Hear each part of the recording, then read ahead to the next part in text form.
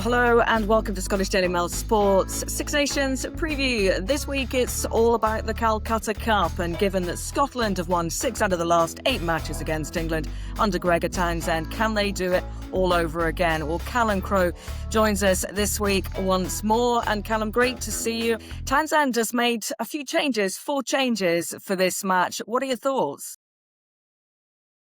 Yeah, he's made a few changes, not as many as I thought he might, if I'm totally honest. I think given the nature of the performance and the defeat in Rome last week, I think there must have been part of him that was, you wouldn't have blamed him if he had just ripped it up and made 6 or 7 changes, because I don't think there was many players really who did themselves justice or emerged from that game with anything remotely close to pass marks. Um, Yes, some of the changes. One of them has been self-inflicted. Sorry, not self-inflicted, but unavoidable in the sense that Ewan Ashman, the Scotland hooker, he's out with what they've described as a slight neck injury. It's nothing serious. They don't think it's long term, so he misses out. I'm not sure he would have played anyway, if I'm totally honest, because Scotland's line out last week in the game against Italy was just a horror show from start to finish. That's not entirely on Ewan Ashman. The line out is a collective unit. There's the jumpers, the lifters, the calls. There's a lot that goes into it, but ultimately it's the hooker who bears the brunt of it when the ball's sailing straight over the top of guys' heads. Sometimes they weren't even lifting at all, which is clearly a communication breakdown. There was other times when Scotland went to the front of the line out, and took a shot, which is generally what you do when things are going wrong and you just want the safe, easy option. And there was a couple of times they didn't even manage that. They still lost possession of the ball. So that squandered a lot of good field position. So Ewan Ashman drops out. One of In terms of the changes, the one that I find most interesting is a guy who isn't playing, and that's Duhan van der Merwe. In this fixture, consistently over the past 5 or 6 years, he has absolutely terrorised England. There has to be a fear factor there with him. If they see Duhan van der Merwe in a Scotland jersey, from an English point of view, that you have to sort of say, okay, right, this guy has destroyed us in the past. You have to then react accordingly. I think the fact that he's not in Scotland's backline, even though he's been out of form recently, he's not been great. I think that immediately boosts England. It's a guy that one less guy that they don't have to worry about. Personally, I would have played him, but Townsend, uh, I'm sure he must have been tempted to bring him back for it, but he's not done so, and nor has he recalled Blair Kinghorn. And I'll be honest, I find that slightly odd as well. Kinghorn's played an incredible amount of rugby over the past year to 18 months with Toulouse and then the Lions. There's maybe a slight element of burnout there. I don't know. He can have sort of ropey moments in games at times. I don't think anyone would deny that. But on his day, he's still Scotland's best fullback. So to not have him part of a game like this, when the team was announced for Italy last week, I fully expected Kinghorn to come back for this game. Van der Merwe maybe slightly less so, but Kinghorn certainly.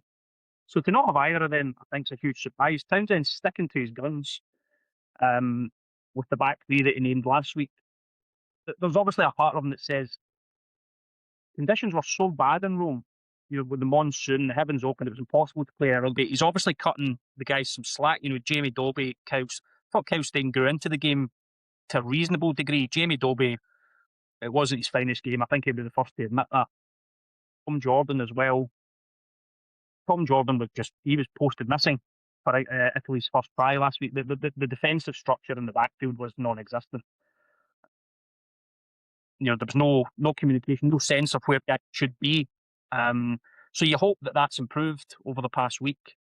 But yeah, I mean, four changes. It's not as many as I thought he would make. But listen, it's a huge game for Townsend. So he's in key positions, certainly sticking to his guns. And what I find interesting as well is that he's still going with a 5-3 split on the bench. That was undoubtedly a mistake last week, to have Adam Hastings on the bench, and he never played any minutes at all. He sat on the bench for full 80. It was just a waste of a player. Lee Radford, the Scotland defence coach, spoke in the build-up. I think it was on Tuesday of last week that they knew what was coming in terms of the weather. They had seen the forecast. Everyone knew it was going to be terrible, but yet they still named a 5-3 bench and didn't use one of those players. That just makes no on any level. That just makes no sense. So they've stuck with it again this week. Hastings is on the bench again. 5-3 split. So yeah, Townsend's sticking to his guns, I think, but by and large with his team selection. Yeah, just a few things to unpack on that. Now, I was out the other night, and there were quite a few Scotland fans asking whether I thought that Townsend would be bringing back Kinghorn, Doohan, and starting with Darcy Graham, and he's done none of the above. And I think for me, like you, the biggest surprise is Duhan van der Merwe, because as you say, he is the kind of player that is threatening. Whether he's on form, just get him in. He doesn't have to play the full match. Just get him in from the outset. And he's scored 5 tries in 7 matches against England. This guy is a powerhouse when it comes to the Calcutta Cup. But you mentioned the weather. This weekend, Saturday, is actually meant to be quite nice weather. Maybe that speaks to why he's gone for a 5-3 on the bench again. I don't know, but Scotland have got massive issues in the pack. England are huge. I mean, England, they are going to be extremely hard to beat. I have to say, Callum, before the team selection, I was really sitting on the fence with this match in terms of Scotland, and how they would perform, because we've seen so many games where they've pulled it out of the bag at Murrayfield. It's at home. It's a different game altogether. They've got the home support. Now I'm really not quite as confident at all. You look at England, you look at the talent they've got: Itoje, Pollock, Ford. You look at what they did against the Welsh. I mean, they absolutely battered them, and they weren't even trying that hard. So this one ain't going to be easy, is it? No, I think there's a recognition that this is the strongest England team that Gregor Townsend will have faced during his time in charge. Over the past 12 months, they've really got their act together under Steve Borthwick. They're coming to Murrayfield on the back of 12 straight victories, and that stretches way back to last year's Six Nations. A team in good form. They have a clear identity, a clear structure. Everyone knows what's been asked of them. They've got serious depth. I mean, you only have to look at the bench to have guys like Henry Pollock, Tom Curry as well. Tom Curry would walk into most other back rows in World Rugby, and England are bringing him, Henry Pollock, off the bench. That's a serious problem for Scotland. I think that goes back to why I think it would have been wiser for them to go 6-2. England have got serious energy and firepower coming off the bench in that back row. So the final 25 minutes, final half an hour, they're going to be very, very strong. Scotland need to match that. But yeah, it's a funny one. I think the general expectation is on England to win. This is a test of how far they've come under Steve Borthwick. This fixture over the past 8-9 years has it's been a graveyard for England. That one of the, obviously with a view to the weekend, we'll be doing various pieces on this. One of the stats that I was able to dig up was on Maro Itoje. Now, it goes without saying, Maro Itoje, when he finally calls time in his career, he'll go down as one of the all-time greats of English rugby, absolutely without a shadow of a doubt. He's an England legend, a British and Irish Lions legend, a captain, glorious captain, obviously, as we saw last summer in Australia. In all the years that he's been playing this fixture in the Calcutta Cup, he's only won once at Murrayfield. Once. And that was in 2020. When he first came into the England setup in 2016, he didn't actually play at that. England's last couple of victories at Murrayfield have been in 2020, which was a terrible game in a storm, and 2016. He didn't play in the 2016 game. He played in the 2020 game. So in 10 years of rugby, this totemic figure in English rugby has won once at Murrayfield. I find that incredible. So that demonstrates the challenge that England will have. They'll smell blood. I don't think there's any doubt about that. Scotland are wounded after what happened in Rome last week. England have ambitions of going on to that final weekend in Paris in a sort of, a winner takes all clash against France. Now, the journey to get there now takes them through Murrayfield, and I think this is the test for them. Are you serious contenders? Scotland have had your number more often than not in recent years, and I think the onus, as much as the onus is on Scotland, which is a reaction to last week, I think the onus is on England. Just go and win the game. Everyone expects you to. You're the better team. You're the informed team. You've got better players, a better squad. The onus is on England to win. Yeah, and I see there was a bit of game playing from Courtney Laws this week, back page of the Daily Mail today, and it's Patriot Games. It speaks to, it's a question actually you put to Gregor Townsend in the press conference, speaks to his column where he brought up the fact that Scotland, in his opinion, only seem to rise for one game a year, and that's the match against England, something which really pees him off. So I know you put that to Gregor Townsend. What did he say? Yeah, it was fairly non-committal on it. He said, "Well, that's that's Courtney Law's opinion. He's entitled to it. Doesn't necessarily agree with it." He pointed to the match against the All Blacks back in the autumn when Scotland played well in spells but ultimately lost. And yeah, there is this perception that Scotland, they raise their game against England and then do nothing against any of the other teams. By and large, that is the sort of prevailing opinion down south, and maybe not even just down south, but some of the other countries as well in the Six Nations. Ireland are never short of having a pop at us as well. And listen, it's from a Scottish point of view, it's easy to get annoyed at this. There was another column from well-respected rugby pundit Stuart Barnes a few weeks ago. In his newspaper column, he said, this is a huge test for England going to Murrayfield. Big teams don't lose to Scotland. Now, we can be annoyed at that all we want. We can think, that's, how arrogant, how disrespectful. But can we sue? No, we can't. It's not untrue. So, yeah, the piece from Courtney Laws, obviously turns the noise levels up, gets a bit of aggro going. But listen, can we really disagree with what he's saying? I'm not sure we can. So yesterday, the heat was put on Townsend a little bit. Numerous questions about him, his coaching, question as well about his association with Red Bull. Let's just talk about him briefly before we wrap up. Where does he sit at the moment, and how pivotal is this match?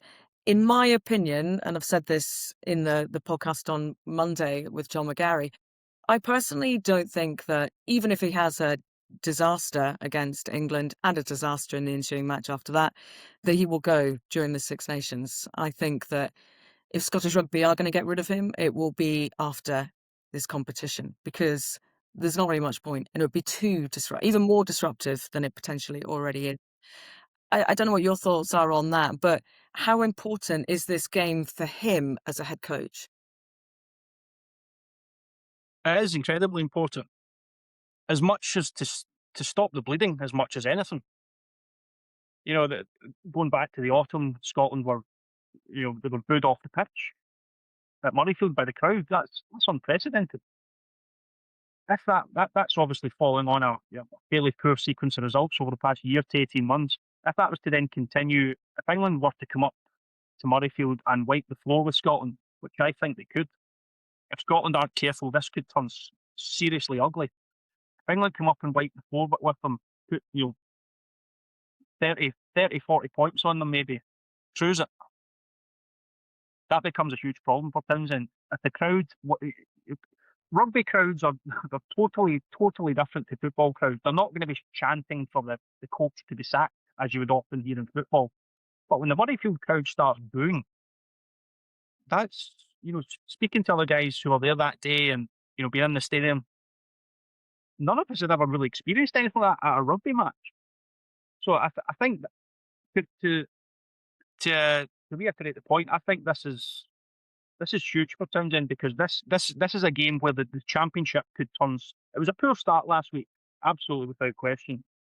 This is where it could turn seriously ugly. if Scotland were to lose and lose heavily to England, they would then have the proposition of going to Wales next week in a game where it's basically a wooden spoon decider. As we touched on in last week's podcast, Wales under Steve Candy, they will look at Scotland and they will target that game. Wales are going to have a tough championship. We saw that last week against England. But they will target that game against Scotland. That's the one game that they can win. If Scotland start 2 defeats from 2 matches, one of them could be a heavy defeat to England. Where do you go?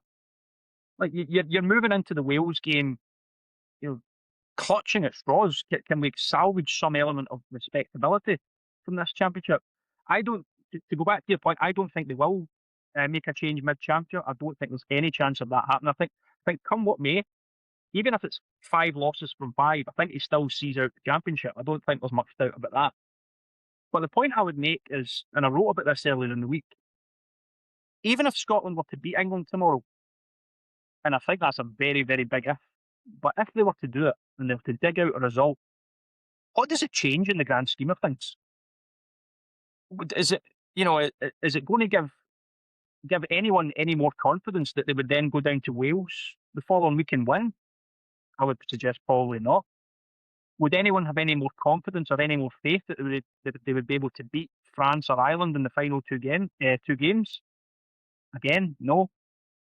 So it's a strange dynamic going into this game. It's the Calcutta Cup. It's huge. It's England, but Gregor Townsend just needs a result to stop the bleeding. I'm not sure anyone is going to say, well, a Scotland result tomorrow turns everything around and makes everything okay. It doesn't.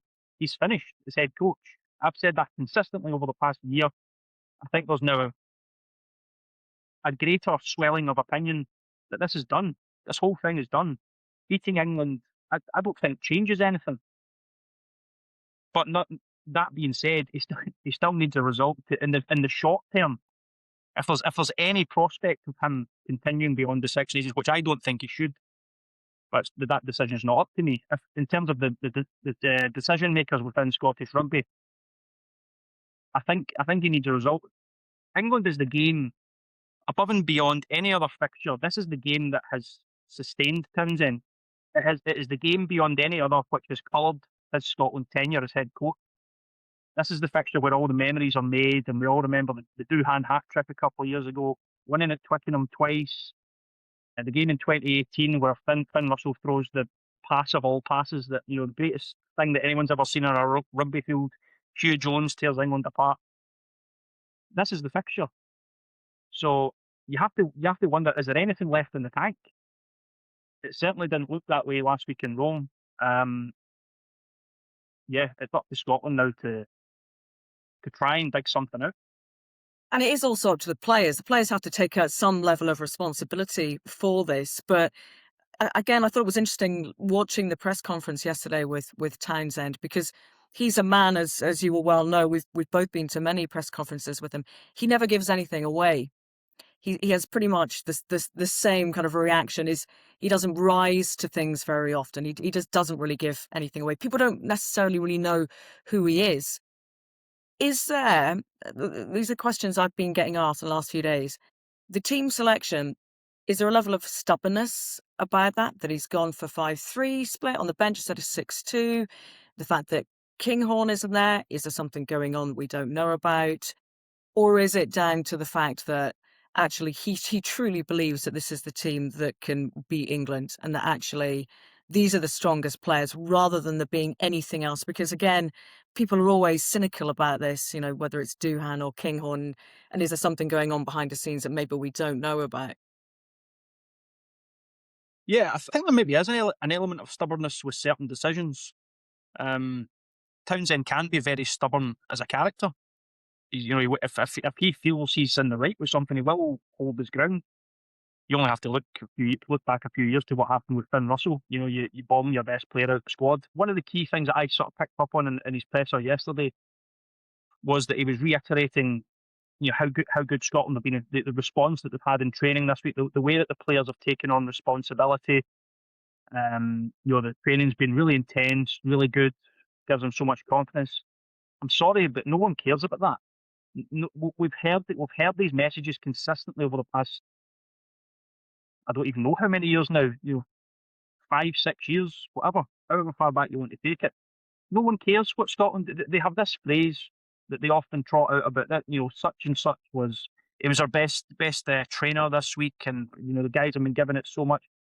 So just stop talking about that. No, that's the sort of when Scotland players and coaches, when they come out with these sort of things, that's what really annoys fans. They don't care what you're doing, and say as long as you deliver results, then no one cares.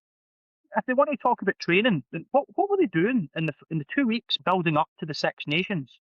They've had 2 weeks in camp, and the line out is an absolute disaster. The scrum's not much better. The defensive organisation in the backfield was a disgrace for the first 15, 20 minutes. Guys running about like headless chickens. No clue about what they're supposed to be doing. What were you doing in training? That comes down to organisation and structure. And Scotland were a mess. So spare us this nonsense about guys have been doing so well in training. Show it on the field. That's where it counts. That's where you're judged. Scotland are based at the Orium. It's a high quality, high performance training centre. No one cares what you're doing at a training facility. When fans are turning up, paying over £100 a ticket to watch you at Murrayfield, that's when they care. It's what you do in that environment. That's when it counts. So, just leave all the other stuff.